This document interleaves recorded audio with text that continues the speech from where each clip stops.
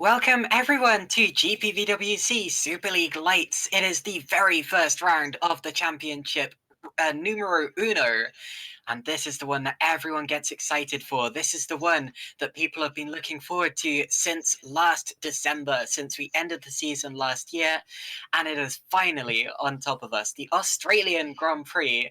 And we have a stacked grid of drivers. I was looking through it just before, and yeah, this is going to be quite a ferocious series of racing. We're currently in qualifying, but anyway, I'd like to introduce to you my co-commentator for today, making his GPVWC commentary debut, Yousuf bin-Suhayl. Sorry if I said that wrong. No, that was fine, Caitlin. And yeah, as you mentioned, it's a new decade, it's a new year, and a new season as well for the Super Lights League. And a lot of drivers will be wanting to get off to a good start to put themselves right up at the forefront for the beginning of the league, and just get their name out there and stamp their authority. Indeed. So we're just watching the cars going out onto the track in qualifying. A couple of them already on flying laps. So we've just got to wait and see who is going to set the initial pace. I personally have got my eye on the TG Racing guys because that is a properly stacked lineup. I was talking about them before the race. You have, of course, Jason Muscat in that team. He is last year's Super Cup Championship champion, alongside, of course, his main Super Cup rival, Michael Francesconi, and that should absolutely be a lineup to be concerned about for all of his rivals. I've also been looking at the Sientech lineup as well. Dino Paolini, of course, has come second in Super Cup in the past, and has also raced in plenty of Super League races. And Tomasz Vok is alongside him as well. And I've got to say, I've commentated on some truly epic performances from him in the past. So, yeah, a couple of really, really strong lineups here. Kaz Rietveld catches my eye. He, of course, has been really strong in GT cars in the past. We also have other Super League drivers, Menno Klont, etc., etc. It is a very, very stacked lineup. And as I said, this is going to be a tough fought series. It's going to be very, very toughly fought as well, as you mentioned. Got 13 and a bit minutes remaining of qualifying, and waiting for those first couple of laps to come through as we take a look at the number 22 cars making his way through the final couple of corners to potentially begin his first lap of the session. Yep, the number 22 car, of course, racing under the Royal Blue Racing banner. Not sure if that's Rietveld or Lalu. I think it's probably Rietveld, although I can't quite see the server just yet. But yeah, let's talk a bit about the Albert Park circuit, since we're going to be here for the whole of this afternoon. Of course, it's famous for its chicanes, plenty of chicanes around the track, including the very technical first chicane and the faster chicanes around the back. Of course, you have the weight chicane, which is what people think of when they think of the Albert Park circuit, and that is probably where we're going to see mistakes being made, especially in. But Albert Park of a complete driver's circuit. It's very difficult, but it's got a good mix of those fast chicanes, as you mentioned. I believe it's turns at 9 and 10, as well as some of more technical corners, especially in that final sector where it's so easy to lose that back end when you're putting the power down. And as we say that, some of the first couple of our laps are coming through, and it's a Marcin Riab Baksuk who is currently leading the way with a 22.687.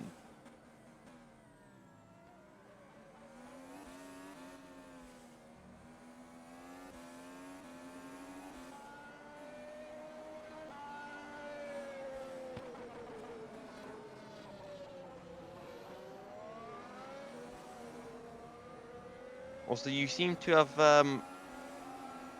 Sorry, I don't know how much of that you heard. sorry. I appear Uh, to have randomly disconnected.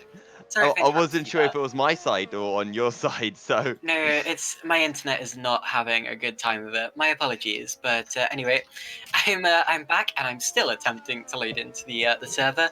Hopefully that doesn't happen again. It does tend to get better over time, so yeah, I suppose we'll just have to get into it and wait. But anyway, less about me and more about the session. Yousuf, what do you see? Well, Jack Mayer currently on pole by 5 thousandths of a second and over Martin of TR Blue Voss Motorsports. So he's having a great time of things up at the front. Jack Mayer's teammate, someone I've had the pleasure of actually racing against in real life, Lewis Bickers. He's down in 10th place within half a second of his teammate. So the Mayer Downward Racing team having a good day of qualifying so far. Indeed, of course, Jack Mayer, a driver, one of the youngest drivers on the grid. I believe he's only 19 years old, which for Superleague Lights, that's a pretty good age. Certainly hasn't reached his prime yet, and still going very, very quickly. Looking at the times, I've just seen Sandeep Singh going to the top of the times by just 0.045 of a second, so that's very, very close. Sandeep Singh racing for the RSR squad this year. And yeah, that's a pretty quick lap, 122.636. That's the first lap we've seen all weekend so far, which pretty much goes without saying since these are the fastest cars that we've seen all race week, sorry, I should say, rather than weekend. And it's Singh leading from Mayer, then Rybachuk, Paulini, and Saracino. I'm looking to see what teams are strong. I believe the first team, if you read down from the top, the first Yeah. team to have both of their drivers is Giuseppe Saracino and Pedro Mora for TTF BPR Racing. They are currently 5th and 6th. So the top four all racing for different teams. TTF on a little bit of a roll there. Yeah, they're looking very strong indeed. We mentioned Mayor Downward Racing are having a decent time as well. And TG Racing, they're currently sitting in 8th and 16th as we have a new provisional poleman of Liam Duvall from Cenobite Motorsports. Indeed, 122.151. That is a massive, massive Oh. jump in times. Almost half a second faster than Sandeep Singh.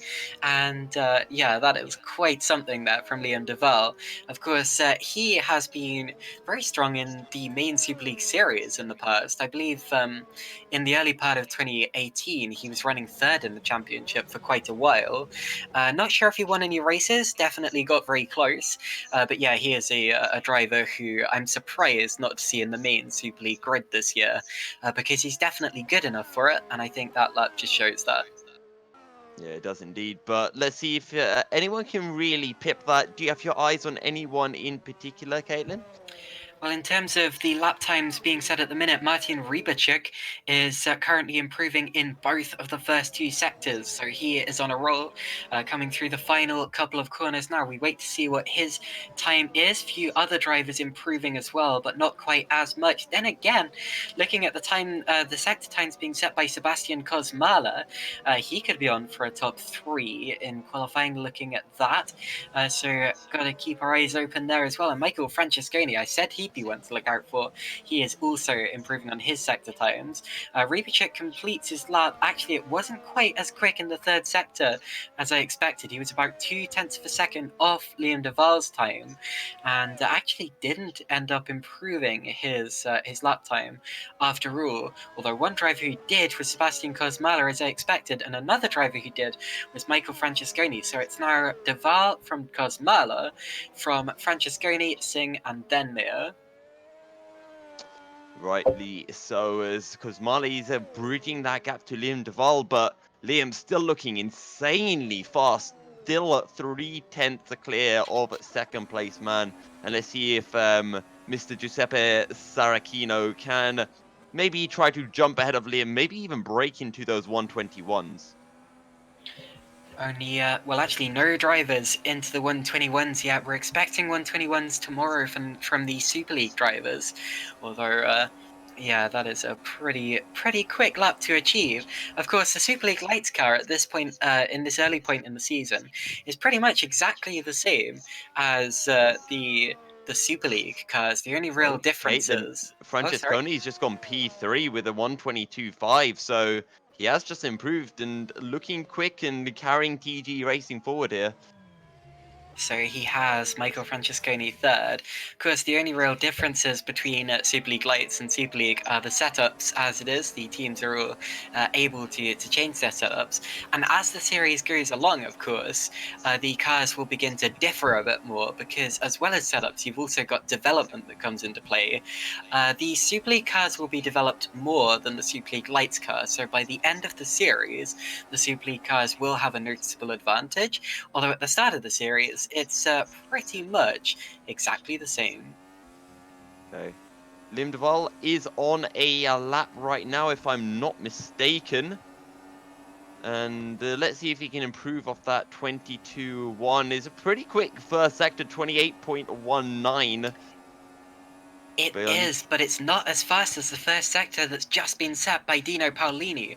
Paolini purple in the first sector, and I said before this event that he may well spring a surprise. Dino Paolini always does. He's an underrated driver. I've raced against him plenty of times. And as I'm talking about that, Liam Duvall sets the fastest second sector, and Paolini's 3/10 off in that sector. So Paolini may have just lost his lap there. I reckon he probably made a mistake. Whereas at the same time, Liam Duvall is improving and improving. I reckon Duvall is about to go 2 or 3 tenths up, possibly into the 121s.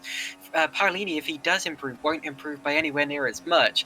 This could well be the pole-setting lap from Liam Duvall. 21.9 coming in from Liam Duvall, but wow.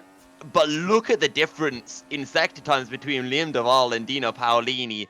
4 tenths in that final sector alone, 3 tenths in the first sector, and that's where Liam Duvall really seems to be able to stretch out this gap, and it's in that final sector, tight and twisty, and he just seems to be able to have that little bit more confidence in the car, getting the power on, which is where you can really find time here at Albert Park. It's the third sector for Liam Duvall. He is absolutely untouched in that sector. The first sector, actually, Dino Paolini is the fastest, but in the second two, especially the third, Duvall gains tenths on the field and pulls away hand over fist. Liam Duvall currently over half a second ahead of the rest of the field. Looks as if he's going to take some beating this year in the Cenobite Motorsports car. Of course, at this stage in the series, development has not yet started to come into play, so that could well affect things later on in the series.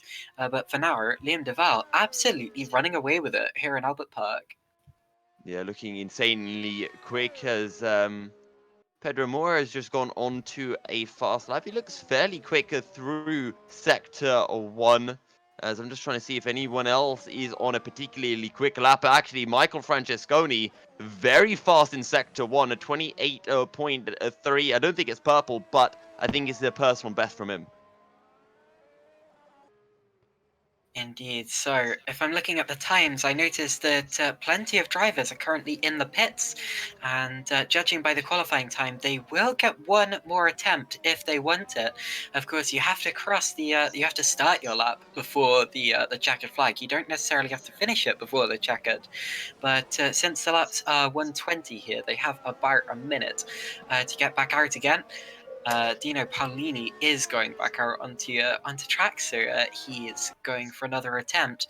Not many drivers currently on flying laps. Giuseppe Saracino, the top of those that is, although his second time second sector time, not particularly impressive. First sector was good. Same goes for Pedro Moura, who's trying to break into the top 10, and looking just about as quick as that is Konrad Zaribiec, trying to break into the top 15. And of course, the top 15 is important since those are the drivers who score points at the end of the race. Moura finishes his lap, he's second, so Moura gets onto the front row of the grid. I told you the TTF BBR cars are looking fast, and that is less than 4 tenths per second off Liam Duvall. Still a big gap, but it's the closest that anyone's got so far to breaking into the 121s, except for someone called Liam Duvall. Well, Michael Francesconi, he's just found a couple of hundredths in Sector 1. He's a couple of hundredths down on Pedro Moura through Sector 2, and it's all going to come down to this final sector. This is where Liam Duvall finds so much time, but Michael Francesconi runs just that little bit wide into 13 through 14, and now just 15 and 16 remaining. Takes as much curb as possible.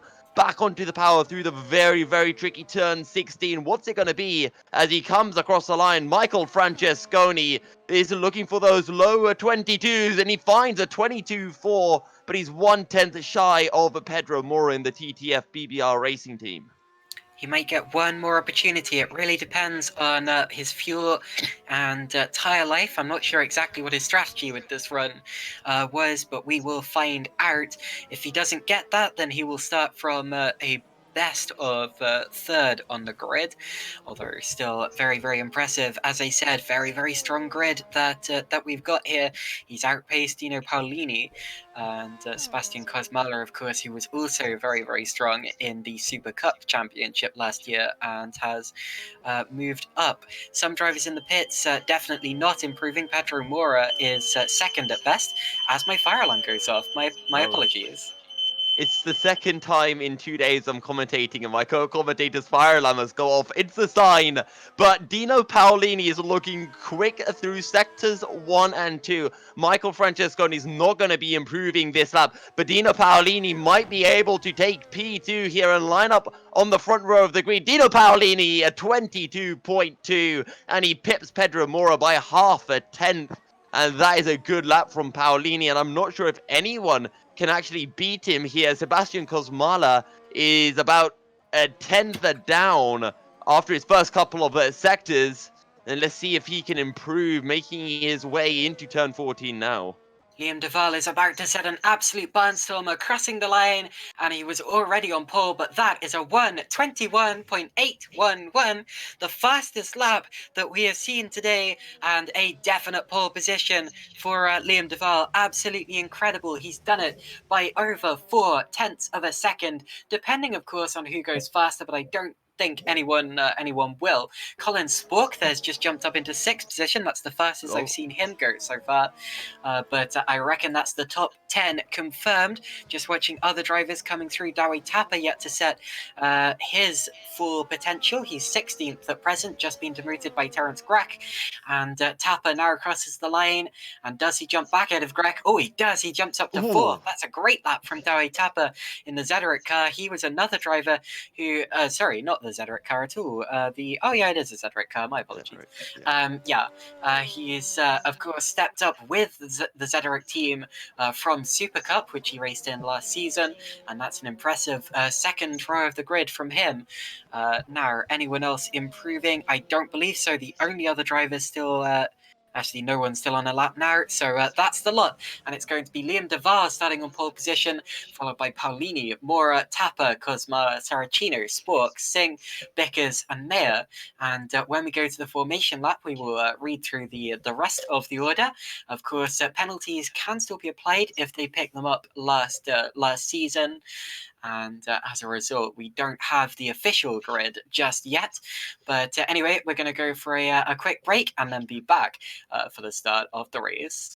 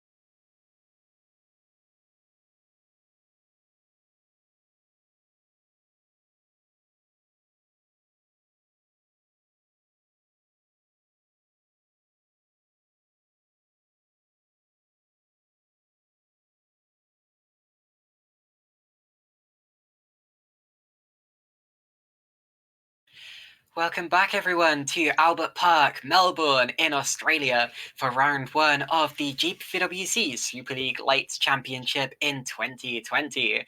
We have just seen a qualifying session absolutely get dominated, smashed out of the park, you would say, by Liam Duvall, who took pole position by over 0.4 of a second in one of the biggest qualifying victories I've ever seen in GPVWC Super League. Right, now. Oh, you cut out for me again, Caitlin.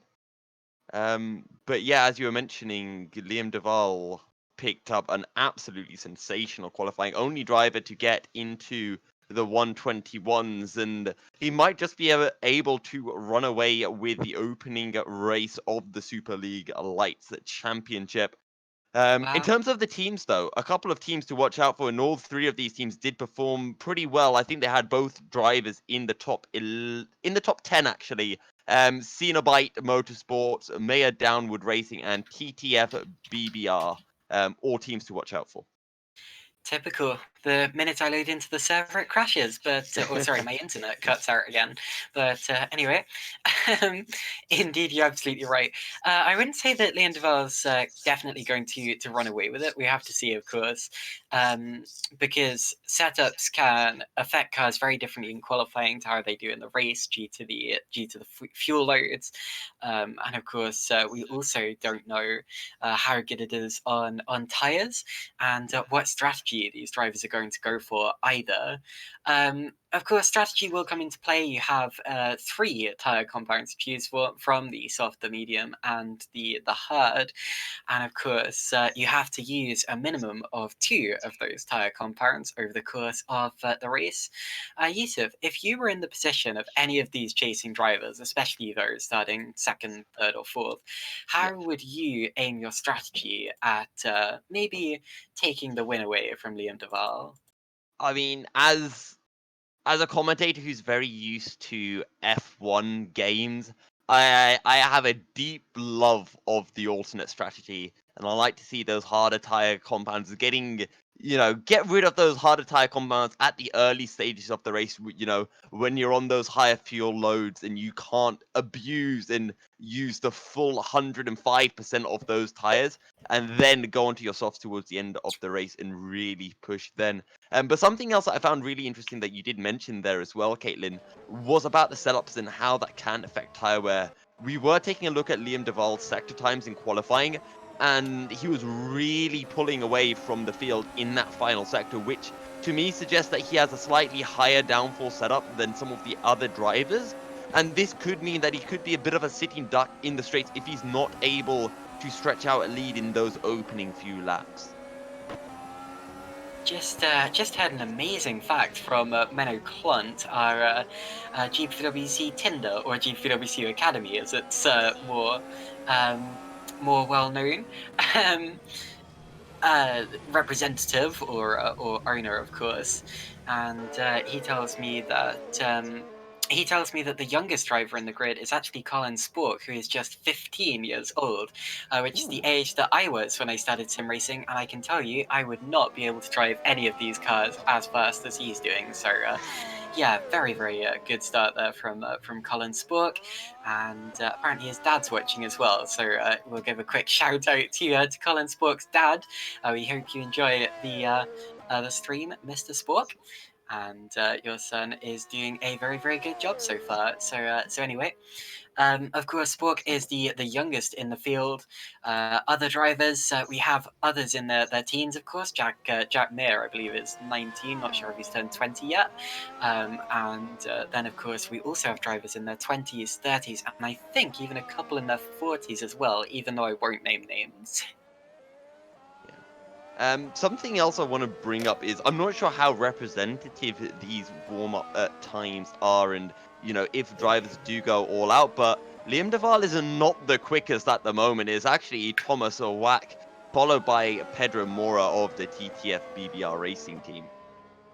Yeah, I wouldn't read too much into it. The warm up session is notoriously misleading, and You A bit know, like so Formula One preseason then. totally, totally. And a lot of drivers don't even go out in warm up, and that is just because they find it more beneficial to kind of just give themselves a breather, just concentrate on the start of the race, and I don't know, just get their mind and their body in the right place to get going at the start. And some drivers prefer to do that on track by getting into the rhythm of the race and feeling exactly how their car is going to feel on full fuel with their starting tires. And talking of starting tires, remember we do have the rule that all of the top 10 will have to start on the tire that they qualified on, whereas of course drivers starting a little bit further back get a free choice. So one of the best positions to start on this grid is P11, since that is one of the strongest positions in the midfield to attack, and one of the most flexible in terms of strategy. Well, we'll have to watch out for whoever is starting in the P11 spot, which I'm not sure of right now. Well, I I know don't know if you have that. Jack Mayer was 10th. I can't remember who was 11th, but we will find out very shortly. Was Jack Mayer 10th? Because I remembered it being the Mayer Downward Racing team who were on the 5th row of the grid. So I think Lewis Bickers might have been P9 then. Or P11 if someone jumped them right at the end of qualifying. Potentially, but anyway, we'll read out the full grid when we get it. Of course, the official qualifying results, the initial qualifying results aren't official. We do have a couple of penalties looming over from last season, I think. Of course, penalties. They do carry over from season to season. I think they are only removed after 2 seasons have elapsed. Ooh. But anyway, I was just the watching Thomas Wack, and he had a massive moment through through turns 1 and 2 and went sideways. He's also a whole 2 seconds behind Colin Spork. He's topped the warm-up session there. So Spork, they're obviously possibly running lower fuel, maybe trying to simulate how his car is going to feel later in the race, or maybe he just absolutely flew. But anyway, Colin Sport there, massively fast in the warm-up session. That's almost qualifying pace there for Colin Spork. But anyway, the warm-up session now sees the checkered flag, and we get ready for the start of the race. The session just about to take over, and worryingly, my server has not loaded up yet. So if I don't quite get in time, you're gonna have to cover the start for me, if that's okay, Yousuf. But No problem at all. jolly good. You can hear me scream about opening lap shenanigans and people murdering each other into turn 1 and turn Hopefully 3. Of not. course, true. Turn 3 is, I don't know. Turn 3 is where I think we're going to see all the mayhem on the opening lap. I think turn 1 will We be okay. We did I have an think accident at turn 3 last year in Superleague Lights. I believe it was Lauren Kiersmakers came together with Alari Alpius, and that caused quite a lot of controversy between the GPVWC drivers at the time, people blaming different people for that one. I believe in the end it was voted a racing incident, although, um, yeah, turn 3, it's a difficult corner. It's definitely one of the accident black spots of the circuit, especially on the first lap of the race. The first 2 corners tend to be a little bit cleaner because everyone, well, it's the first 2 corners. They know they're coming. They know the risks, and they tend to be a bit more wary. But as soon as they get to turn 3, it appears to be a bit of a free for all. So yeah, that's going to be one to look out for. And then, of course, the end of the lap as well tends to cause problems on the opening lap. I was racing in the academy race a few weeks ago, and I must admit I caused an accident on the first lap coming out of the chicane before the weight chicane. I just kind of lost control and speared into someone. So we might well see some more of that today. Hopefully we don't. These drivers, of course, very, very good. Most of them are very clean drivers, and we should see some top quality GPWC racing today. Fingers crossed. Yeah, and as you were mentioning as well, our missed the pole man, Liam Duvall, very quick drive, and you were mentioning should actually potentially be in that top division. So he's probably going to go out there all guns blazing, just looking to show off his skills a little bit for Cenobite Motorsports. Anyway, I am in the server, jolly good. So looks Hey. like I will be able to cover the start unless I disconnect again. My internet doesn't appear to be liking me these days, but yeah, I'm gonna have a word with my provider before next round. Whatever the case, the warm-up session has drawn to a close. Everyone is in the pit. We are just waiting, and now we get the advance to next session message. So here we go. The drivers have 1 minute to grid up, and we can now read up the official starting order. So Liam Duvall will start on pole position for Cenobite Motorsports. He will be alongside Dino Paolini, who is second in the CM Tech racing car. Then we have Pedro Mora, followed by Michael Francesconi, Dawi Tapa, Sebastian Cosmala, Giuseppe Saracino, Colin Spork, Sandeep Singh, Lewis Bickers, Jack Mayer, Martin Rybachik, Danny Robbins, Terence Grech, Jason Muscat, Tomasz Vach, Konrad Zaribiec, Johan Lindberg, Menu Klont, Heigo Poom, George Sutton, Kaz Reitfeld, James Duba, Adrian Faber, Ryan Elliott, Ben Horrell, Jukka-Pekka Lalu, Roy Schroten, Matthew Clip, and then rounding out the grid is Mike Quint in the Allied Esports by TCS Racing, TCS Off Racing, sorry, car. So that's how the grid lines up. 30 cars, it's a strong one, and the lights go out. We're away on the formation lap, so one more lap to see the track before they go at it in anger and get racing for the first time in 2020.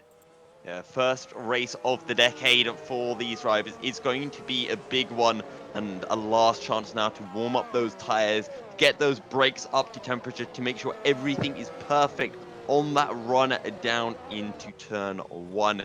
As you mentioned yourself, Caitlin, TTF BBR Racing will be looking for a strong result to kick things off. Pedro Mora and Giuseppe Saccarino, third and seventh place. But we saw Liam Duvall's pace in qualifying, and the question on our minds, and I'm sure everyone's who is watching at home, is can he convert that qualifying pace into race pace, or will this be a case of Mercedes 2013 syndrome? Indeed, but anyway. So, just half the lap to go before they will line up on the grid, and we will hear the revs rise for the first time in 2020. This back part of the circuit, notoriously difficult. I, for one, do not run very well around here. And if we watch Liam Duvall, we're about to see. Actually, he's just passed the weight chicane, the notorious. The dangerous weight chicane. There are actually 3 DRS zones on the track as well, which is something to be wary of. You've got one just after the weight chicane there, which is a relatively new one. We've also got one on the front straight, and then another on the straight between turns 2 and 3. So that will aid overtaking. They, of course, activate on lap 3, and Liam Duvall won't be thinking about that now. He'll just be thinking about getting away in front. He lines up on the grid. You notice him angling himself across to the right-hand side there to cover off Dino Paolini if he needs to, if Paolini gets a better start than him. Paolini actually has not had that good a starting record. He tends to be good in qualifying and towards the end of the race, but his starts have been a little bit dodgy at times. So we'll see how he gets away.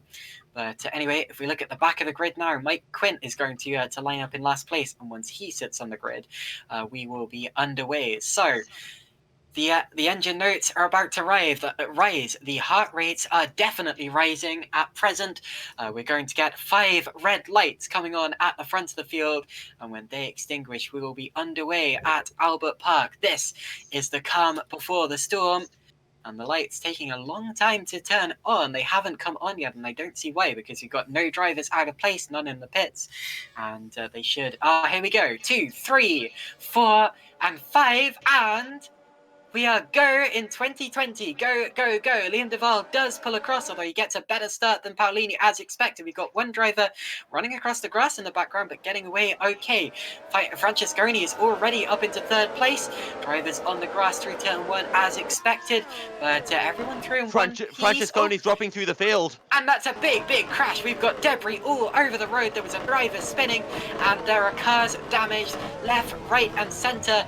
Lindbergh's involved, Schruten involved, Wach involved, Zaribic involved, and Francesconi appears to have triggered that. He's out of the race as well. Lalu is missing his front wing, and yeah, that is absolute carnage on the first lap of the Lakes that I very much hoped would not happen.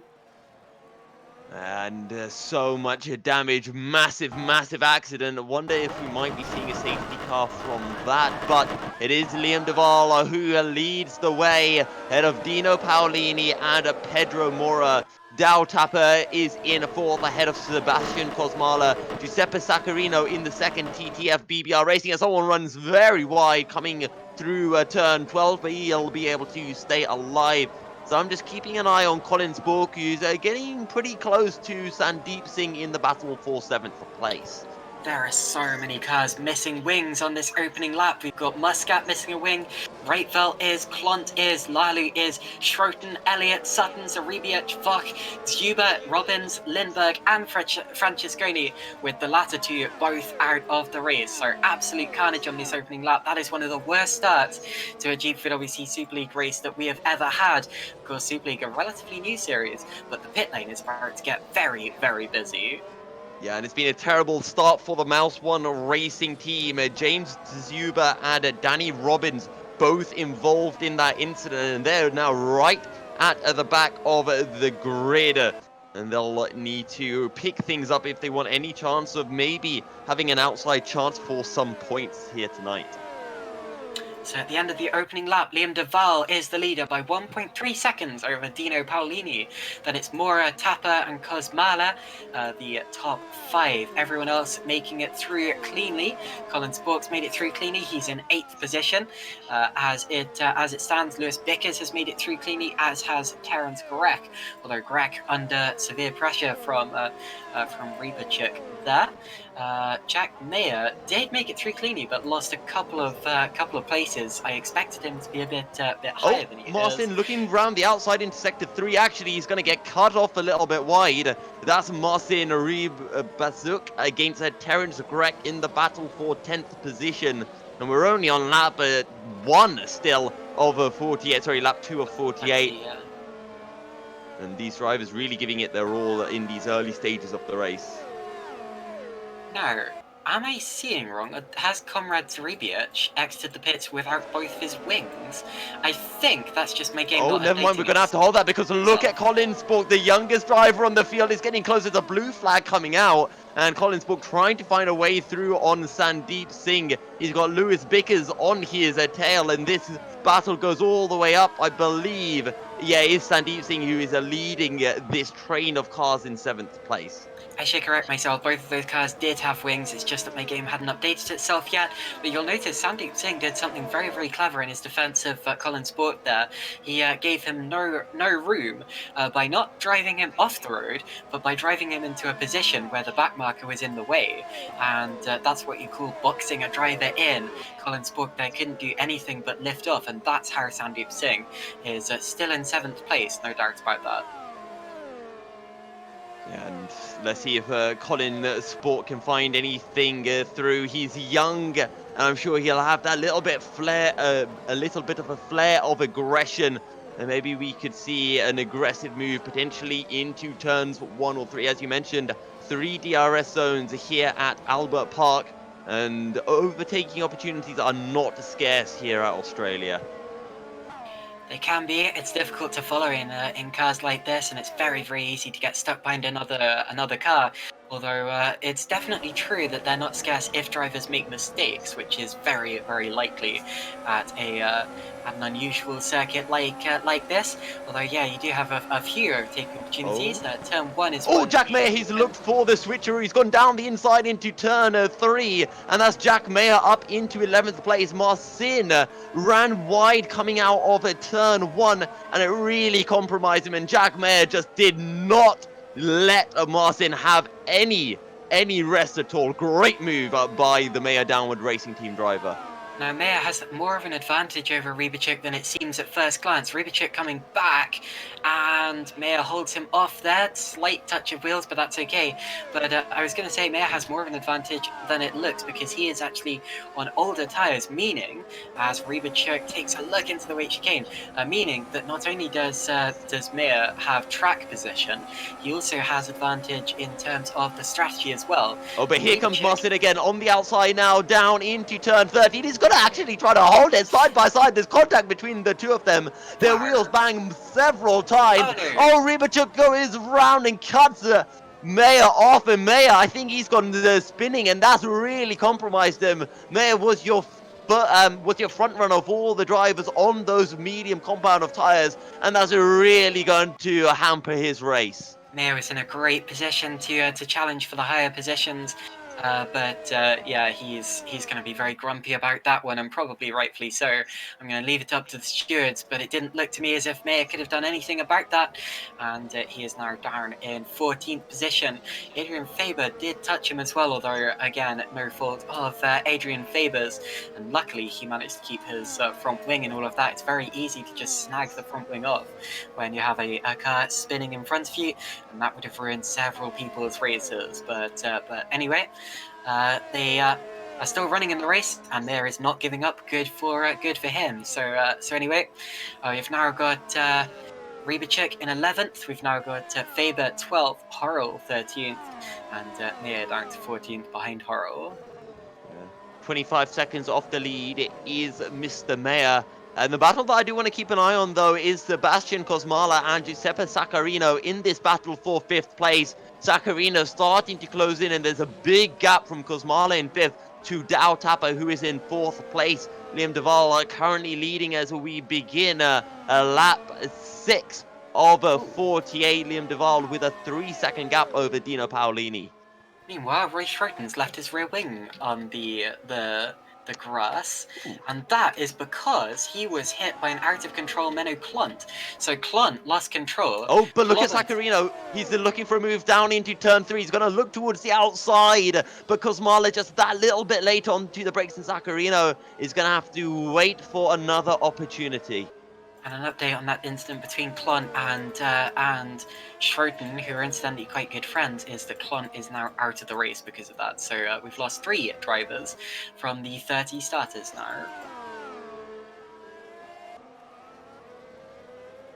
So 10% of the way through the race already, and still a while to go, but you have to say the closest fight in the top 10 is still that fight for second position. You've got Paolini being followed by Mora, and then Tapper, Saracino, and Kosmala. Oh, closer now. Kosmala didn't get the best exit to the weight chicane. Got a little bit over the astroturf on the exit. And still Spork not giving up on the back of Sandeep Singh either.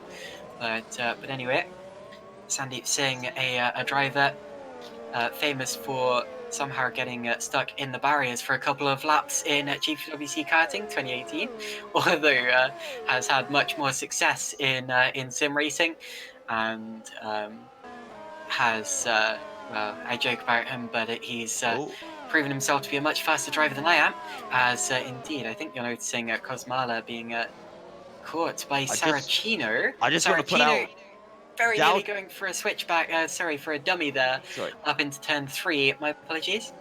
I was going to say, Dow Tapper's just gone purple in sector 3, so he's really starting to close in on Pedro Mora, and maybe we can have a 3-way battle for second place starting to liven up.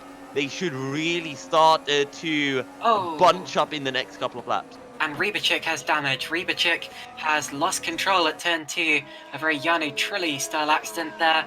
He's been into the wall, he's lost his front wing, and he's dropping down the order. He's going to have to come into the pits. And I think Jack Mayer's going to have a slight smile on his face when he goes past Marcin here. Serves you right. Bit of calm, I'm sure, will be going through the mind of Mayer there. Again, we're going to leave that previous incident up to stewards if it's reported. Although, yeah, I must say, if I was Mayer, I would definitely be feeling that way. But anyway, towards the end of another lap of racing, the top 3 drivers, Mora and Paolini, both have DRS here. Paolini because of the back marker in front of him there. But look at Saracino, he's closing in onto Kosmala. He's going to go for the inside. Kosmala doesn't shut the door, but Kosmala later on the brakes on the grippier side of the circuit, on the outside into turn 1. And Saracino's going to have to wait that little bit longer yet again. Rybacik now back into the pits. He has made it back, although he's going to lose a lot of time in that. George Sutton's now out of the race as well, as is Roy Schroten. We saw Roy Schroten lose his rear wing a couple of laps ago, and Sutton has had a completely separate accident, and that, I believe, was at the weight chicane. Now that is a popular place to crash, and indeed, yeah, he's just run into the wall on the exit. So George Sutton there, another retirement. He is our 5th retirement from the race. And we may get a 6th. No, Rybacik back into the race. He's out of the points, but he's still in the race. So good on him for continuing. And since this is a high attrition circuit and 15 drivers score points, I think probably anyone who finishes has a decent chance of scoring points here today. Yeah, but we still have these 2 big battles going on. Sacarino against Kosmala for P5, and then Dino Paolini heading Pedro Mora and Dao Tapper in the battle for 2nd place. Liam Duvall starting to stretch out that gap in the front. There's now almost 4 seconds after just 9 laps, or 8 completed laps. So Duvall leading from Paolini, Mora less than 2nd behind Paolini, and still in the DRS zone. Tapper also still in the DRS zone, although Paolini himself is getting DRS from that car that just pulled over there, that back marker. Behind them, Kosmala and Saracino still fighting. Singh and Spork still fighting. Although it is a pretty difficult circuit to overtake on. I was going to say earlier, you do have overtaking opportunities, but only really when your opponents make a mistake. We've now lost another driver. I was talking about how this is a race of attrition, and it's Thomas Voch. So Thomas Voch is out of the race, and that is because he has had a crash with Ryan Elliott. Looks as if Voch went to the right-hand side. Elliott moved across. They made contact. Voch got onto the grass and crashed out of the race. So that is the end for Thomas Voch, a driver who I said to look out for before the race, so my apologies to him. We've also noticed that the last 2 remaining drivers on the in the field are the 2 Mouse 1 racing drivers. They didn't have their lineup confirmed until quite recently, so that's a team that's struggling here today. But anyway, 24 drivers still remaining in the race. So towards the end of another lap of racing, that was lap 9. We're on to lap 10, and we're getting close to the point in the race where 2 stoppers may decide to make their first pit stops. If we do indeed get 2 stoppers, I think that would be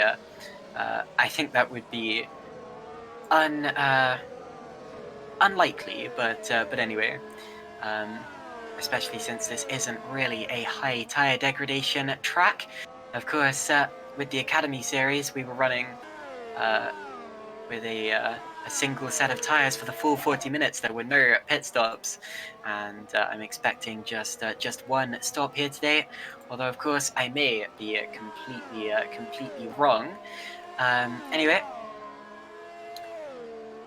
Moore is still in the DRS range of Dino Paolini. And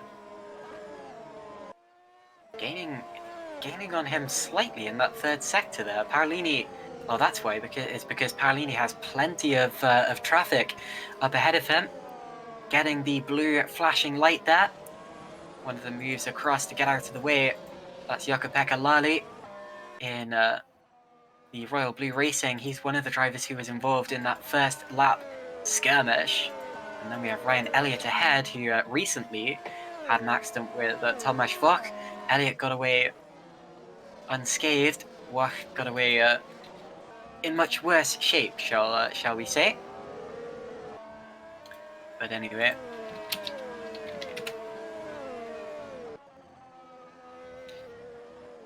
So the gap between Paolini and Mora did come down on that last lap, I think. It's now just over 0.6 of a second.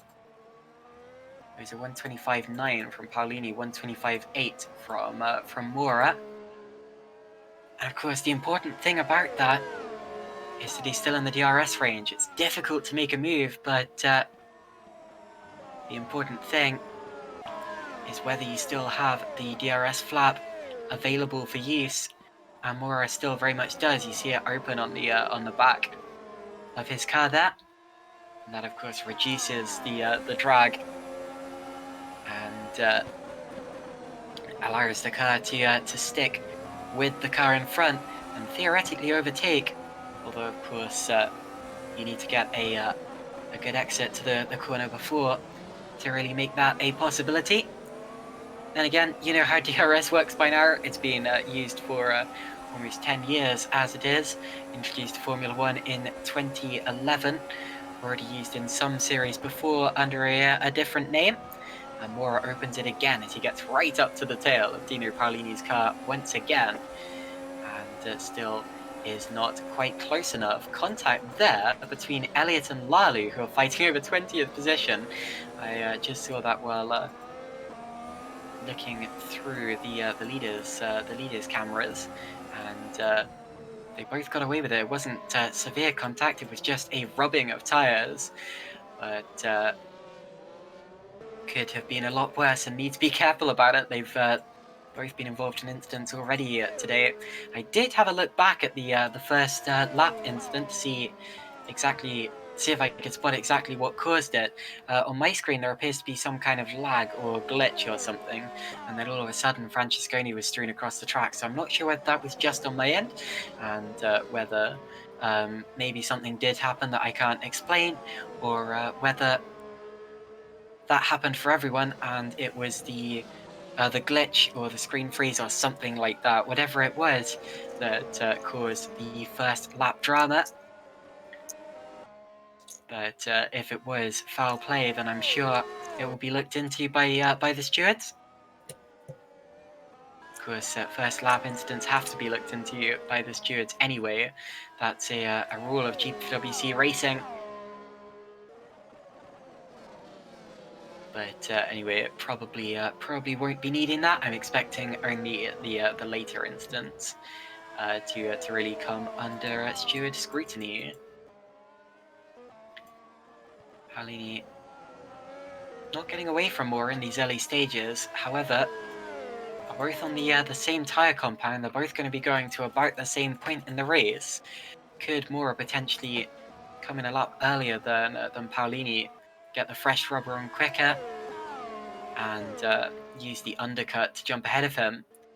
Well, this could be one of those tracks where the overcut is more powerful, where it takes a while to get the tyres up to temperature, and as a result you don't have much grip on your outlap, and therefore it makes sense to stay out for a lap longer rather than a lap less. We don't really know until the strategy starts to play out. These drivers would have experimented with things like that. They would have done their testing, and I'm sure that most of these drivers have done at least one full race stint. And of course the car not too different at all from last year's car either. They use the same base chassis, so I expect a lot of these drivers will be familiar with it already. Or they run a little bit wide through the first couple of corners. Took a little bit of a trip through the grass, but yeah, it's going to cost him about 0.2 of a second. He's still within DRS range of Paolini, and as I said before, that's what's important. He didn't lose too much momentum. Didn't get properly onto the grass or the AstroTurf. Maybe just put, oh sorry, the gravel. Maybe just put 2 wheels on the grass, 2 wheels on the AstroTurf. But that shouldn't really affect him that much at all. Danny Robbins now out to the race, so we've got another retirement, 23 drivers remaining. Now Robbins was running last anyway, but what happened to him? Did he just... oh, he spun it out of turn 1 and caught the barrier. I don't think he... well, he may have lost the engine. No, he didn't lose the engine. I think he probably just gave up there because he was running last anyway. He'd had a big spin, his tyres were ruined, and he felt at that point that there wasn't really much point continuing. And fair enough, it might be worth saving an engine for future rounds. Come to think of it, I'm not sure if the engine rules that apply in Superleague also apply in Superleague Lights. I should have checked that, but anyway. If so, it would make sense that Robbins would DNF after that incident. But anyway, 23 drivers out of 30 still remaining. I was expecting this to be a race of attrition, although partly due to that first lap incident, it's been worse than I thought. Welcome back, Yousuf. Just to recap you on what's happened, if you've missed it, Paulini and Moore have been running in close contention. Moore is still in the DRS range. Further back, we've had a few other squabbles, although not really that much has changed. We've lost Danny Robbins from the order after a little spin. But anyway, it's pretty much status quo. Awesome. Well, I'm getting back into the lobby now. Certain issues popped up with my computer, so it decided to blow up, let's say. And I'm now back. Commentator's curse today. I mean, both of us are getting it, but anyway. So. Anyway, we're now on to lap 16, so 15 laps completed of this race, for those of you who don't study maths. DRS available for pretty much, well, still quite a few drivers in the top 10 have DRS available. Mora and Tapper's actually caught right back up to Mora here. He was a couple of seconds, well, not a couple of seconds, but a couple more tenths of a second further back than he is now, if that makes sense, a few laps ago. And he's really gained a lot there. I think, or possibly losing time behind Paolini, and Tapper was briefly in DRS range there. I'm still trying to load in right now, Kaden, but it looks like there's a great battle for second place, and still seeing that battle for 5th place with Kosmala and Sakurina. That's not relenting anytime soon either. Yeah, don't worry, I'll talk until you get back in. Matthew Klipp has just made an overtake on Hygo Poom. That's for 15th position, and that could end up being important because that is the last position in the points. Of course, points go down to 15th place. Hygo Poom... I'm back now. Ah, really good. Okay, Poom, of course, started on the hard tyre with Klipp on the medium, so it's interesting that Klipp's only just got past him now. Not sure if Klipp was one of the drivers involved in the first lap carnage, but anyway, that's a change of position that's taken place. Poom, I expect, will try to run further into the race than Klipp, and see if that can get him back into the points-paying places. Also, don't forget, Marcin, although he's really far back, he did have to make that pit stop for front wing change. I'm just double checking what tyres he's running on now. He is on the hard, so maybe he could stretch those all the way to the end as he has done his mandatory pit stop. He has, although, yeah, I believe he did change tyres. I was just checking to see the pad. I think he did, but oh yeah, of course he did, because he was running on softs at the start. That makes sense. He's probably trying to go to the end on those. Ooh, someone just had a spin. That's Adrian Faber. Adrian Faber there in the Allied Allied Esports by TCS Off racing car. Wow, he was lucky to keep it out of the wall. He spun at one of the fastest corners on the track. He, I think he dipped his wheels off onto the grass, and there was no holding it then. Did a full 360-degree spin. Eddie Irvine did that back in 2001 and only just got away with it. And Adrian Faber Well, no, Irvine didn't get away with it. So, so Faber's done even better there, and I mean, only lost one place. the interesting thing from that spin is it does mean that Jack Mayer's back up into 11th, and as we said before, he is the front runner of all of the guys who started the race on those medium tires. So he's regaining positions after that incident that we saw earlier, back with that was with Marcin, if I'm not mistaken. Yep. Yeah, you're right there. It was with Rubicek, but anyway, gaining places back up into 11th position.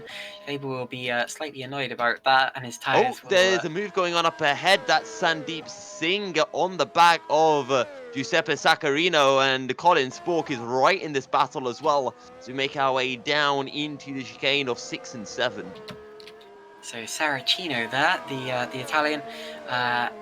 He was much closer to Cosmala last time I looked. I wonder whether there's been a mistake recently from Saracino, but yeah. Anyway, Sandeep Singh suddenly found himself right on his tail because he ran wide there. Well, Saracino ran wide, and that's how he was able to. That's how Singh was able to get alongside him and go for a move. Of course, Singh was under attack earlier from Colin Spork, and this could well bring Spork right back into the scrap again. Yeah, and just in case you think that the blue car behind Colin Spork is Lewis Bickers, it's not. That is a back marker. Lewis Bickers is the car just a couple of seconds back, as that is Giuseppe Saccarino. Oh, sorry, Giuseppe Saracino into the pits, and I believe he's the first of our front runners to make a voluntary stop. Dow Tapper in the pits just ahead of him as well. Yes, now Tapper has gone out on the soft tyre. I believe he was on the super soft. Sorry, no, he's gone out on the medium tyre. He was on the soft. We don't have super softs anymore. Sorry. Saracino also going out on the medium tyre. So Tapper's come out just in front of, I think that's Jack Mayer, who had a little look. No, sorry, that's a back marker. Jack Mayer's in the blue car behind. I'm not quite sure who that is in the green car that's separating Dow Tapper and Jack Mayer. It's Konrad Zaribiec there. Okay. So anyway, Zaribiec got out of the way, and Mayer maybe getting held up by Tapper if Tapper's on colder tyres, although Tapper will probably come into his own as soon as his tyres get into temperature. There's another backmarker ahead of them there, that's Ryan Elliott. So blue flags will be waving and flashing for Elliott there. That's... And don't forget, Dow Tapper was on the back of Pedro Mora and Dino Paolini, so he might be able to get off an undercut here and make things work. And speaking of the devil, Dino Paolini dives into the pits this time round, and let's see where he feeds out relative to Mr. Tapper, who, all credit to Dow Tapper, he started down in 20 seconds. He's made a great race, as have some of the other drivers. Sebastian Kosmala starting in 18th, he's now up to 3rd. Yeah, credit to Tapper. The reason I shrieked just then was because there was very nearly contact between... Dino Paolini, he does come out ahead of Tapper by a fair margin, so almost 2 seconds separating the two of them. Fair enough. Yeah, sorry, there was very nearly contact Tapper and Elliott, although they just about got away with it. As Caitlin has gone silent, so... No, I haven't. I'm not I think sure you can't hear if me. she's suffering internet issues again, or maybe it's on my end. Either way, I'm going to continue talking just in case, worst case scenario and all of that stuff. Liam Duvall currently leading 8.9 seconds ahead of Pedro Mora, and then, wow, 22 seconds. Sebastian Kosmal in 3rd is off from Liam Duvall. Just trying to see where our next battle might be, and it will probably be this battle for 7th place. Dow Tapper on the back of Dino Paolini, closing in as he has had a lap to warm up those medium tyres, whereas Dino Paolini still on slightly colder rubber. Hello, do you hear me? Okay, well, I presume that Yousuf doesn't hear me, unless he does now. Okay, anyway, back to the race. Liam Duvall has just pitted for medium tyres. Mora also medium. Liam Duvall into the pits. Wait, no, Liam Duvall's, he's made a mistake in sector 3. Or has he pitted? No, he has pitted. Okay. So Liam Duvall into the pits, and he comes out 3 seconds behind Sebastian Kosmala. He's come out just ahead of Colin Spork, who's in third. He is a teammate from Cenobite Motorsports, and maybe Liam can try to give Colin a bit of a tow and try to drag Colin up to Sebastian Kosmala in their battle for what is, I believe, effectively 5th position in the race. Also, Dow Tapper is now right on the back of Dino Paolini. Sebastian Kosmala still needs to stop. We'll have to see where Mr. Kosmala will come out relative to Paolini and Tapper. But Tapper, he's just set the fast lap of the race at 24.8. And that is a fast lap by a fair margin. Actually, Giuseppe Saracino, he's done a 24.9. So both of the drivers absolutely flying right now. And Pedro Mora, he's only a couple of seconds behind these two in the battle for 4th place, as Dow Tapper is getting very close to the CM Tech Racing driver of Dino Paolini. Colin Spork dives into the pits. He's probably going to feed out a little bit behind Jack Mayer and co. Actually, a fair bit behind.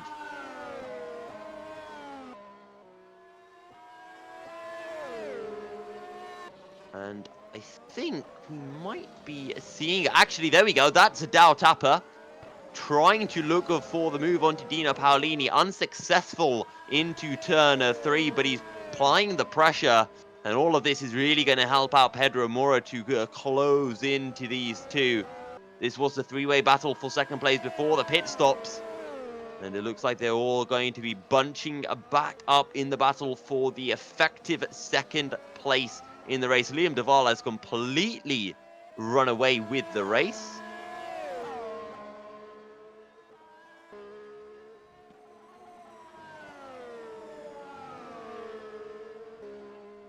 And now it might just be the battle between the two red cars of Mora and Tapper, as Paolini has somehow managed to get a little bit of a break in a 3rd. But Okay, our apologies about that. We had some problems with Yousuf's volume. He obviously couldn't hear that he was... But anyway, so not really his fault. Problem, technical difficulties. It does happen in broadcast sometimes. Sebastian Kosmala now comes into the pits. He was on soft tires. He goes on to mediums. That's what we've seen from most of the front running drivers in this race. And as expected, that gives the lead back to Liam Duvall ahead of Paolini. And Tapper's jumped Mora. So Dowie Tapper is ahead of Pedro Mora in all of that. And I'm not sure that happened on track. I reckon that Tapper's jumped ahead of him. So that is a change for 3rd in the effective order. And they are ahead of Mayer, Thaler, etc., etc. So that's how the race stands at this point in time. Ben Horrell's made up plenty of positions. I don't think... oh wait, he hasn't pitted yet, so that would explain it. He's doing a longer stint on the medium tyres and is probably going to pit relatively soon. It's an unusual strategy, but anyway. Jack Mayer also yet to pit, and he is also on those medium tyres. So I suppose it does make sense that they're running a little bit later. Jack Mayer probably going to pit around about maybe 2 or 3 laps time for the soft compound, because that should be enough to take him to the end of the race. You can afford, of course, to run a little bit longer on these softs towards the end of the race than you can at the start, and that is because with lighter fuel loads comes lighter tyre wear, and as a result we may see him pitting possibly a bit earlier than would be expected, judging by the lap times of those who started on the super softs. Of course, the reason that these drivers start on softer tyres rather than try to finish the race on softer tyres like you'd see in perhaps Formula 1 is that, of course, in Formula 1 you can get things like safety cars, and you want to be on the softer tyre towards the end, just so you can benefit if the field bunches up. And of course, in GPVWC Superleague Lights, we do not have a safety car, and as a result, there is no benefit. The only real benefit I can see is that often you can't really stretch your legs on the softest compound of tires at the start because you get held up by other drivers, and as a result, it may be wise to go into a medium set at the start, or even a hard set, and then switch to the softer tires when you have a little bit more clean air. Singing Cosma. Oh, wait, no, that's an incident. Giuseppe Saracino has spun off. So Saracino was chasing Horrell. He was trying to overtake him. That was for position, even though they weren't fighting for the effective order. Saracino spun it around, just clipped the barrier. He won't have any damage from that. It was the lightest of touches, and he's got going again, but has lost plenty of places in the order. So that's cost Saracino a lot. And anyway, that's done the trick. So Saracino now down in 14th position, not quite his effective position, since we do still have some drivers who are yet to make their pit stops, of course. I'm wondering, I'm wondering if one of the drivers who is further back might try to do an unusual two-stopper, just to be a bit alternative. But anyway, we have lost 2 new drivers since last time I updated you about that. James Zuber is one of them. He was running last in the order and appears to have called it a day. And Kaz Reitveld is also out of the race. Kaz. Yeah, I think also just called it a day there. I don't see. Oh wait, no, he did have an incident. Kaz Reitveld there ran it wide, hit the. Well, he got into the grass and spun, I think, and chopped off his front wing, and that was the end of the day for Kaz Reitveld. So 21 drivers remaining in this race now from the 30 that started. That means we've lost 9 already. And I knew it would be a race for attrition. 1 more, and it will well and truly be one. And Kosmala passes Quint. Now Quint is another driver who's not yet pitted for tyres, so that's to be expected. Sandeep Singh will also probably go past him in the next couple of corners. Quint going defensive, although... Oh, actually he does come back at Quint, and they do rub tyres and they lock wheels, and that was close, and Quint tips 2 wheels onto the grass there as he shot across to the right-hand side of the circuit, and somehow they both keep it under control. That was very, very close there, but Singh and Quint get away with it just about. Anyway, so Sandeep Singh ahead of Mike Quint. He is 9th, Quint is 10th. Quint will drop further back through the order when he stops. A few drivers still out of position, of course. I'm expecting Lewis Bickers. He's probably about 7th in the effective order. Colin Spork is probably about 8th. These are all estimates, of course. In Superleague Lights, you don't quite know the exact order until the very end of the race, due to how strategies work.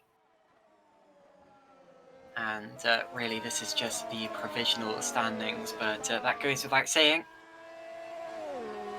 And of course, it's all very well getting track position, getting ahead of another driver with your... But that's easy. The difficult part is staying ahead, because if you go onto your tyres too early, they might go off towards the end of the race, and then you will be in real trouble, possibly really struggling with flat spotting or degradation. Sometimes overheating comes into play. I've struggled with overheating when I've raced front-wheel drive cars with GPVWC in the past. These cars, definitely rear-wheel drive. Although the interesting thing about some of these cars, and some of these setups especially, is that they might find that the car handles very differently at the start of the race to at the, at the start of the stint to at the end, due to the balance of wear between the front and rear tyres. Another spin for Saracino. This time he's well and truly done both of his wings in, so he's knocked both wings off. He was chasing Terence Grack. He's lost control. Didn't even... Wow, well, that was at turn 4. Normally, when people lose it at turn 4, you expect them to have clipped the sausage curb on the outside. He didn't even make it to the sausage curb. He was already sideways before he even got there, and bounced off the wall with his front and rear, and he is out of the race. So Giuseppe Saracino, who's had a couple of incidents in the last few laps, is out of the race. That's 10 retirements. Now, this is well and truly a race of attrition. Jack Mayer finally into the pits. He ran a long and successful stint on the medium tyres, and we're about to see just how successful it is depending on where he comes out. He's already been passed by Greg. Is Clip going to go through? I think he might. So Mayer will come out either 13th or 14th. It's going to be close with Clip. Mayer's going to keep that, isn't he? So Mayer comes out P13, and I expect that that is going to put him further up the effective order than he was before. He's now on super soft, or soft tyres, sorry. And Clip may have an attack here. Mayer is on cold tyres, and if he can get ahead, that could really throw a spanner in the works for Mayer. But I think Mayer's tyres have now come into their own, have now started to give him the grip that he wanted, and Mayer has started to pull away and pull away. And I expect he's probably going to be in the top 10 by the end of the race, although of course that is unconfirmed. Sandeep Singh there, just past Ben Hurrell. That's to be expected. Hurrell yet to stop. Hurrell on those medium tyres, and I'm expecting him to stop probably this lap or the next lap, since his rival on the same strategy, Jack Mayer, did so on this lap. Ben Hurrell through the final couple of corners, and he does dive into the pit lane. So Hurrell in, and Faber in as well. Adrian Faber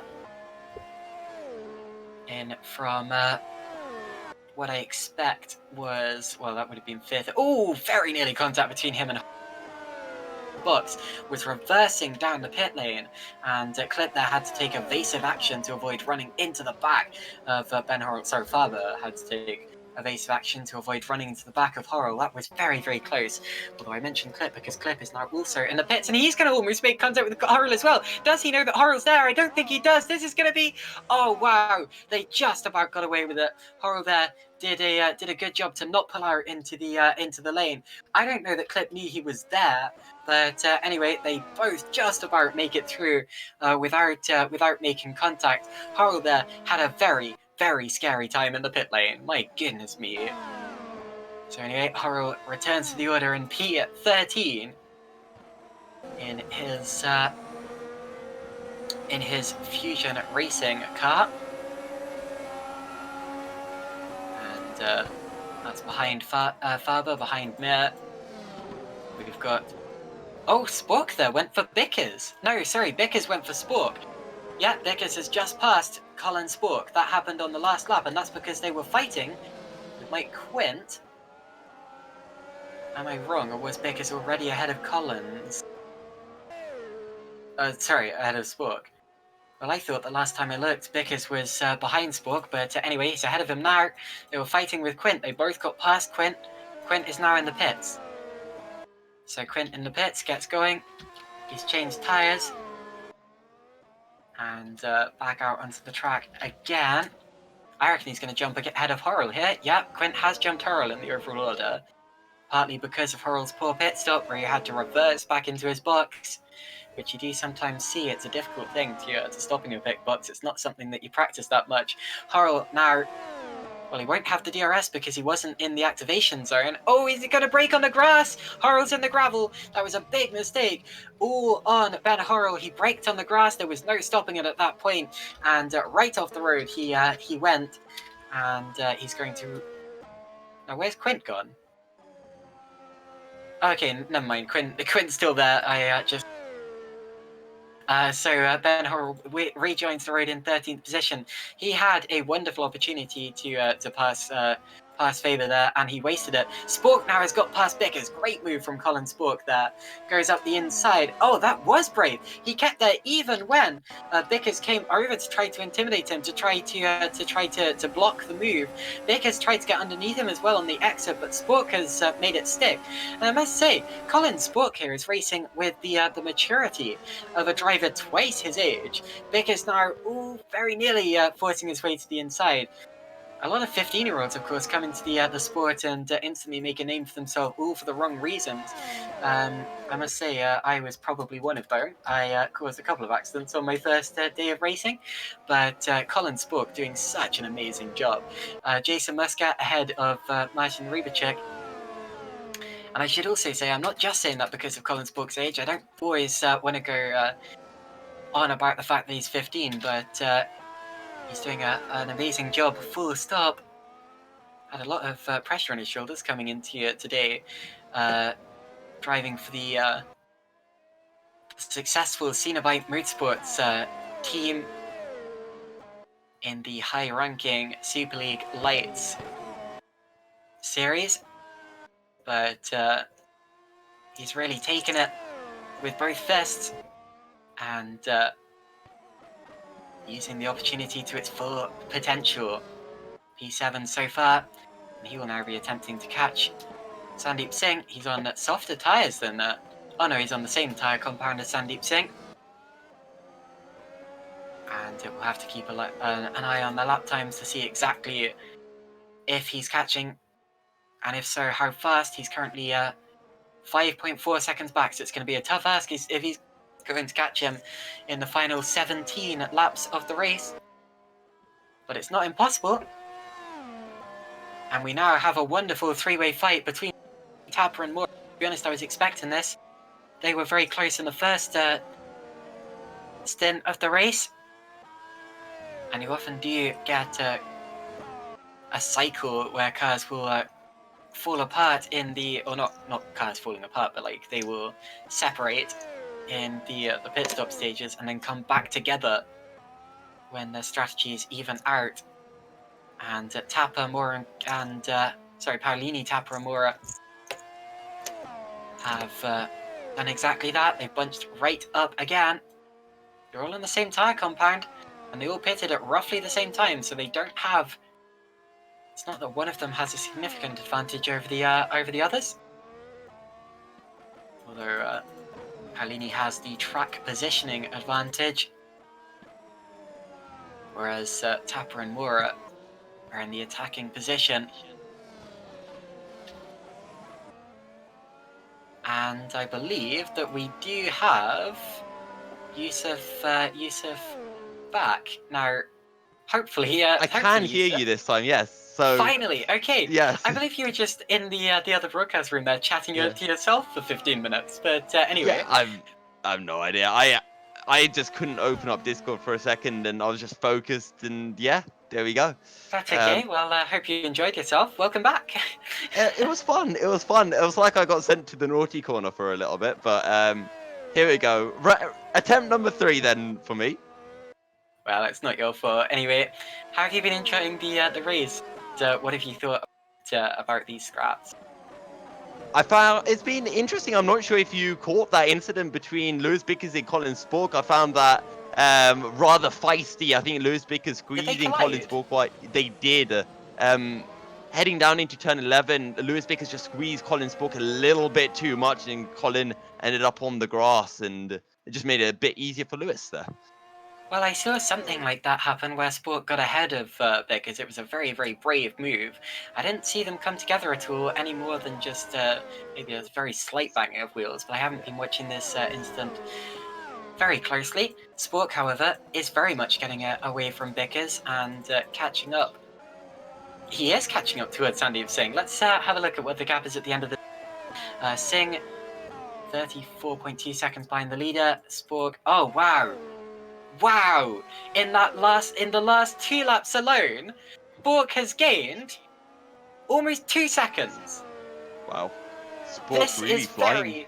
This is very much on here for Colin Spork. He wants to be in that top 6. Of course, top 7 is impressive, but if he can get a top 6 here, he will be going away from today absolutely beaming. He's catching Sandeep Singh, but we've seen earlier in the race, Singh didn't really let him pass lying down. Of course, these two were battling earlier on, and Singh did that Also, wonderful defensive move where he crowded Spork towards the back marker, perfectly we legal. might be seeing a move soon. Jack Mayer's on the back of Terence Grech, and don't forget, Jack Mayer is on the soft tyres. Terence Grech is on the mediums, and they're now making their way down towards a turn 11 and 12. The gap is just a couple of tenths. Indeed. So that's yeah, that's Mayer catching Grech, and Mayer on the softer compound of tyre due to starting on mediums. He's got the DRS as well. I'd expect that move to come pretty soon, actually, because I don't think we'll have any response for this, because Grech won't have any response for this, because we've seen how fast Mayer's been on the medium compound of tyre so far today. Mayer, of course, qualified 11th, although was one of the contenders for the top 10 all the way through that qualifying session. He opens the DRS. Here he goes. This is going to be over before the... No, not over before the corner. In the braking zone. Grech doesn't let him through easily. But we've got more DRS now for Mayer. Mayer goes to the outside. He's going to have the grip though, so if he can hold it there, he'll have the inside line for turn 4. He's going to do exactly that. That's a tight place to go through, and that's brave from Mayer. He has to be very, very brave. Now he's on the outside, also wisely backs out of it. He wasn't going to make a move there. Almost manages to get himself alongside Grech again, and I expect that he will here. But this isn't the place you normally Beck see covers the overtakes. inside. Round the outside. Oh, wheel-to-wheel contact. They both make it through, and Grech somehow is still ahead. Meanwhile, update on the battle between Singh and Spork. Spork gained another 0.2 of a second. He's still gaining on Sandeep Singh. We've lost Martin Rybacik from the race. I'll have a look at what that is, or what's happened there in a second. But here comes Mayer again on the outside of Grech. Outbreaks him, and contact. They do lock wheels, but Mayer makes the move. Great move from Mayer. That's one of the moves of the race, and he makes his way up into 9th place. What an insane move by Jack Mayer around the outside through turn 13. That's exactly what Colin Spork tried to do on Lewis Vickers earlier, but was unable to do. But Jack Mayer on that softer rubber was able to make it work beautifully against Terence Grech, despite a bit of contact between the two. Martin Rybacik was it looked to be a relatively normal retirement to the garage. We see things like that all the time, and he becomes our 12th retirement from the race. Also, I don't know if I ever mentioned that Rybacik was out of the race. I don't think I ever picked up on that. I may have done. I may just be forgetting what I've said.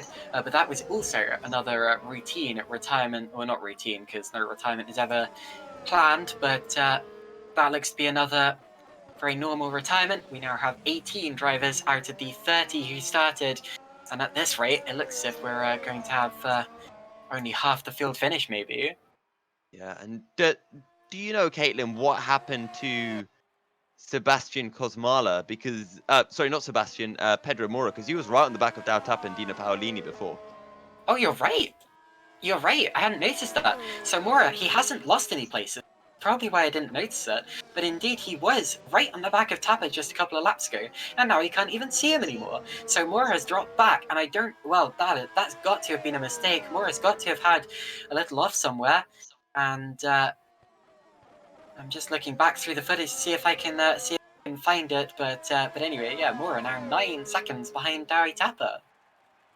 Yeah, also just keep an eye on Jack Mayer because he's closing in onto Lewis Vickers, and don't forget these two are teammates, so I don't think Lewis Vickers will put up too much of a fight, but those soft tires, maybe Jack Mayer could even have a go at Colin Spork or Sandeep Singh towards the latter few laps of the race. And it was a spin for Pedro Mora. It was 2 laps ago. He got on the grass through turn 1, he got off the grass, thought it was safe because he was on the tarmac, put the power down, and around the car went. It was like Bottas in 2019 qualifying.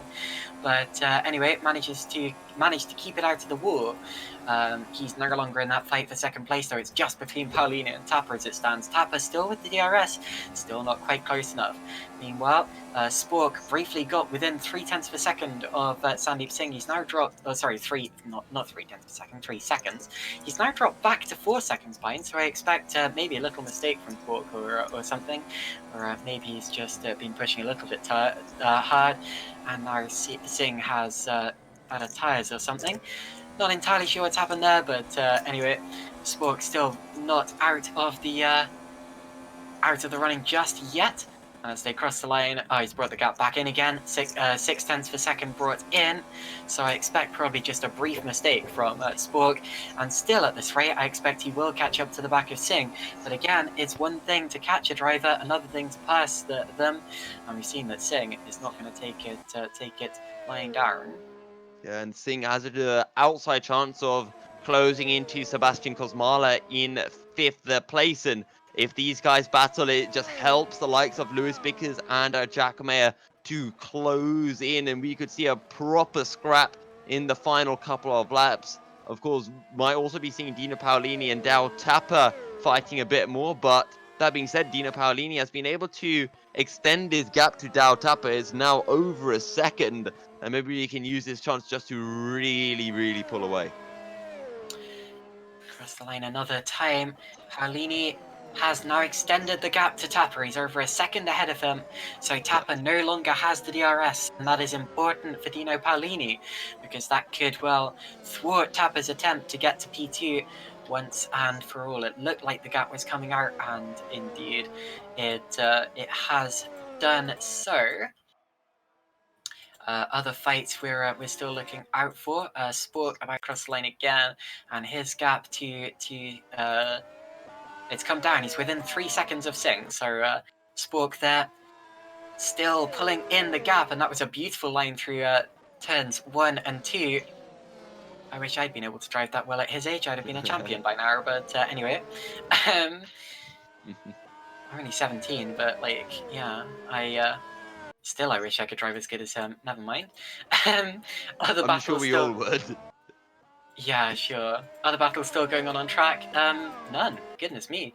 It appears to be relatively spread out at this point. It's just. In fact, Tapper's lost another half a second to Paolini. So is Tapper suddenly starting to struggle, maybe, or is that just momentum carrying him backwards? I wonder whether if he gets back into the rhythm, he can stick with Paolini. But yeah, losing a bit of time at this point. But anyway, it appears to be just Spork versus Vickers at this point in time. No one really gaining that much, although Mayer probably. Yeah, I think Mayer might well attack Vickers before the end of the race. Those two are teammates. They're both MDR drivers. Mayer Dartmouth Racing, and well, they might. I expect Vickers will probably make that relatively easy for him if Mayer does indeed catch him, because Mayer may have a chance still of attacking someone else in front. Yeah, or maybe we'll see a Red Bull style battle between the two teammates. Speaking of teammates, Cenobite Motorsports, they're doing a fantastic job. P1 and P7. Mayor Downward Racing 8 and 9. Allied Esports are having a decent run down in 11th and 12th as well, but it wasn't the best of days for TT Racing, with Michael Francesconi having that off on the opening lap. Indeed. So, Liam Duvall, meanwhile, we haven't spoken about him pretty much at all this race. He's still leading by almost 9.5 seconds. This could be a double digits victory for Liam Duvall. We said in qualifying that he was dominant, and you said back then that he might well walk away with this race. I didn't want to admit it, but I believe the same thing, and it looks to me, not to curse him or anything, I am touching wood, not that I'm superstitious, but Liam Duvall is doing exactly what you said, and he is walking away with it. It's not been quite so simple behind. Paolini and Tapper, they were fighting for a while, but Paolini appears to be getting away from Tapper as it stands, and with just 8 laps remaining in the race, the rest of the order, Mora, followed by Kosmala, then Singh. Spork still catching Singh, of course. Let's take a look at that lap as they as they cross the line again, just over 3 seconds. So it's remaining roughly stable at 3 seconds there, but that is well and truly in the mistake range. If Singh makes a mistake, that is, Colin Spork will be probably in DRS range. We've then got Lewis Bickers, Jack Mayer, and the gap between the two of them is less than 2 seconds now, so Mayer definitely catching Bickers. Terence Grech in 10th, Adrian Faber in 11th, then it's Quint, Horrell, Clip, and then Muscat. And Muscat possibly catching up towards Clip here as well. And then it's Poom, Lally, and Elliott. And those are the 18 drivers still remaining in this race at the end of lap 41. Okay, so the last kind of battles that we might be seeing, of course, we talked about Jack Mayer closing in onto Lewis Bickers. The gap is now just over a second, but Ben Horrell, he's closing in onto Mike Quint. He also has a faster lap of the race with a 124.4, and he is just under 2 seconds behind the Allied Esports driver. We would have liked to have seen a bit more of a strategy fight today, of course. You could say that there has been one, especially in the midfield with Mayer that... Oh, Bickers makes a slight mistake there. But with Mayer using his alternate strategy to work his way into the top 10, although realistically it's been a little bit straightforward, but still the on-track racing has been nowhere near boring, nowhere near simple, and still continuing. Now, will Bickers make this easy for Mayer or not? I expect, well, one thing a lot of teams have put in place that I know of, and one thing that pretty much... Oh, sorry, have you seen something? I was just going to mention Jack Mayer has just set the fastest lap of the race at 124.3, so he definitely has some life in those soft tires, and if he can keep up that pace, well, he'd be closing in by over half a second a lap onto Colin Spork, and they are only 4 seconds behind with about 6 laps remaining here at the Australian Grand Prix. Hashtag send it is written on Jack Mayer's rear wing. I'm absolutely sending it. That is a catchphrase of his. I even wrote a song called Send It. But anyway, as he prepares to send it on Bickers, what I was saying is that a lot of teams, especially all that I've raced for, have had a kind of almost an unwritten rule that if you can get alongside your teammate, if you can overlap with them at all, then they're going to let you through. But until then, they're not going to pull over for you. And to be honest, I think that is the fairest way of doing it. That's definitely what I tell my drivers if I had 2 drivers in a team. If you can get an overlap on your opponent, they have to let you through. But if they can't do that, you don't have to give way. But anyway, Beck is not making it as easy for Mayer as I might. Mayer still stuck behind him a lap after he caught right up to the gearbox of him. And yeah, it looks to me as if they're free to fight to the end, and that's good to see, especially since we have just a few, just a few laps remaining. Yeah. But it does mean that there's going to be no chance for Jack Mayer to have a last-ditch attempt at Colin Spork. The gap is about 3.5 seconds from Spork to Bickers, so it is possible if Bickers lets Mayer through here, but Bickers has no intention of doing so at the moment. Interestingly, I did say it was going to be a double digits victory. Duvall won't be because Paolini's just... Now, I'm not expecting that Duvall's in trouble. I don't think he is. I think he's just taking it steady towards the end because he knows that he's got such a buffer, and also it may well be that he ran into traffic and on that lap as well, who held him up. But whatever the case, he still has an 8-second lead. Did have about a 10-second lead. Doesn't really matter. Doesn't make any difference at that stage. You still get just the same number of points, depending on whether you win by a 1/10 of a second or 10 seconds. Yeah, precisely so, but Jack Mayer is still closing in onto Bickers as a back marker gets well out of the way. However, Bickers isn't lapping at the same pace as Spork and Sadeep Singh, so this is not what Jack Mayer wants. How much extra time he has in the Mayer downward racing car, we don't know, as I see a bit of grass getting shoved up into the air. I was just wondering if Colin Spork had made a mistake, but no, he was just taking as much apex as possible through turn 6. Sorry. We've also got fight developing between Horrell and Quint. Now, Quint, of course, jumped Horrell in the pit stages. Horrell appears to have caught back up to him again. So, anyway, that's something that could well develop in the final few laps of the race. Horrell was racing in Superleague Lights last year, but he was also racing in ITC, won ITC Division 2 last year. It was a little bit controversial in Superleague Lights. A lot of drivers calling for him to be more harshly penalised for some of the incidents that he got involved in. But Horrell was well, he appears to have been a bit cleaner towards the end of last season, and he's well today.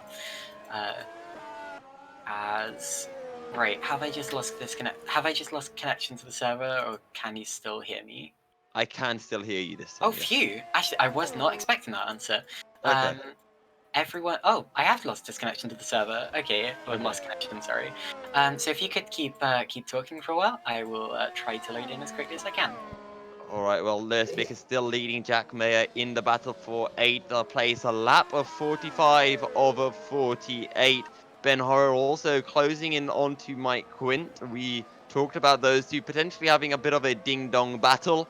Terence Gregg, he's being closed in by Adrian Faber, and you know, we might have a couple of bigger battles here in the final few laps.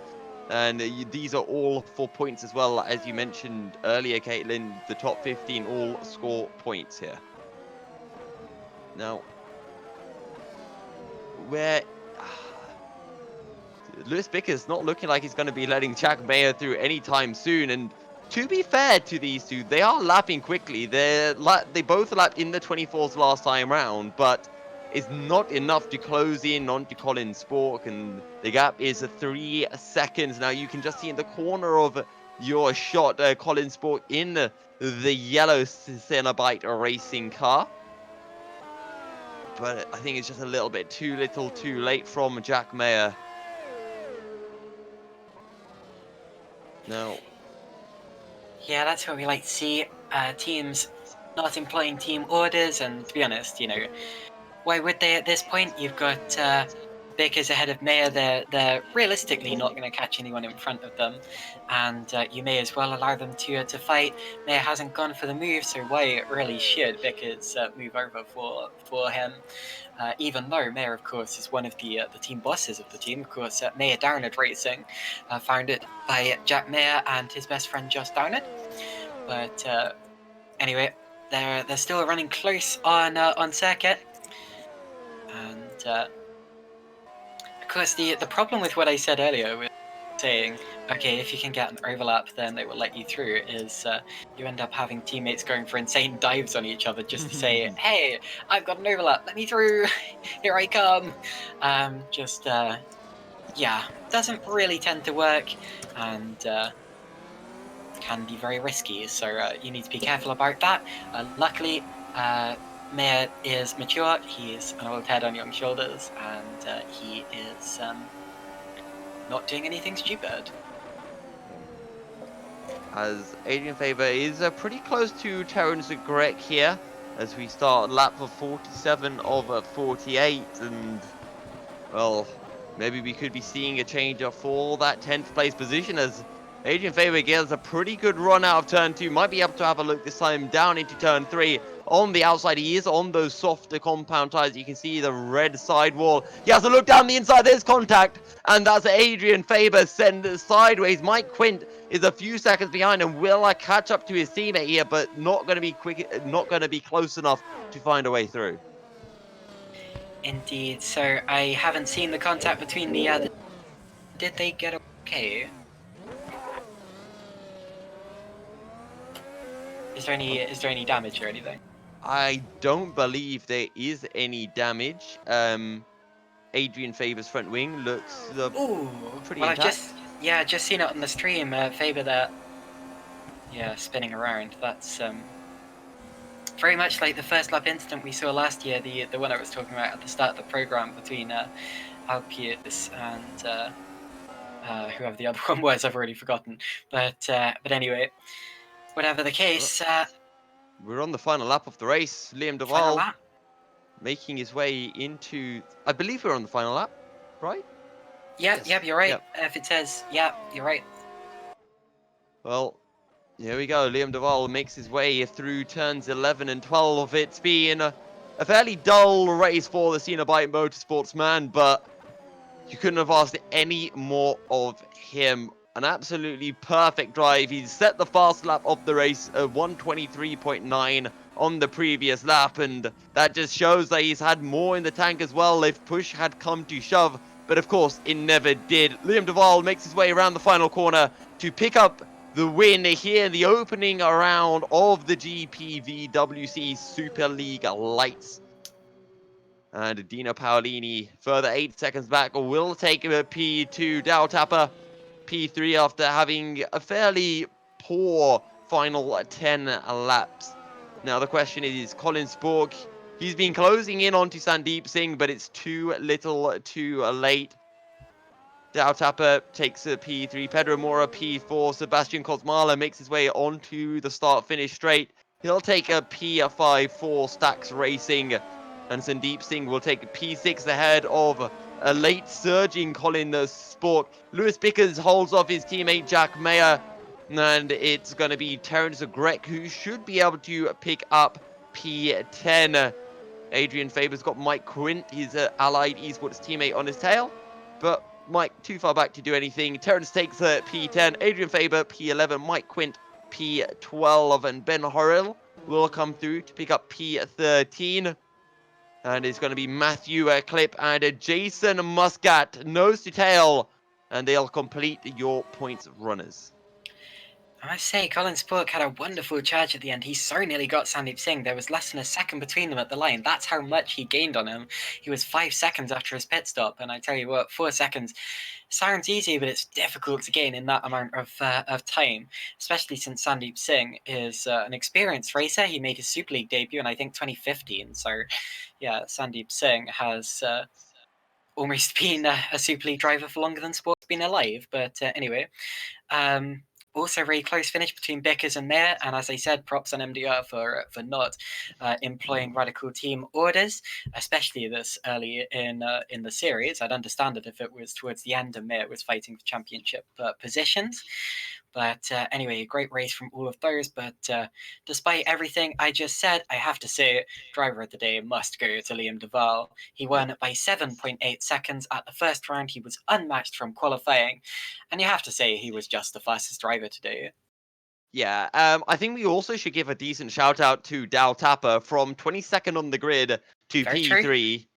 Great run from him. Sebastian Kosmala from 18th to 5th. So both those drivers made fantastic inroads, fantastic gains during the race. But yeah, Liam Duvall was just in a class of his own, to be rather cliche there, but he really was.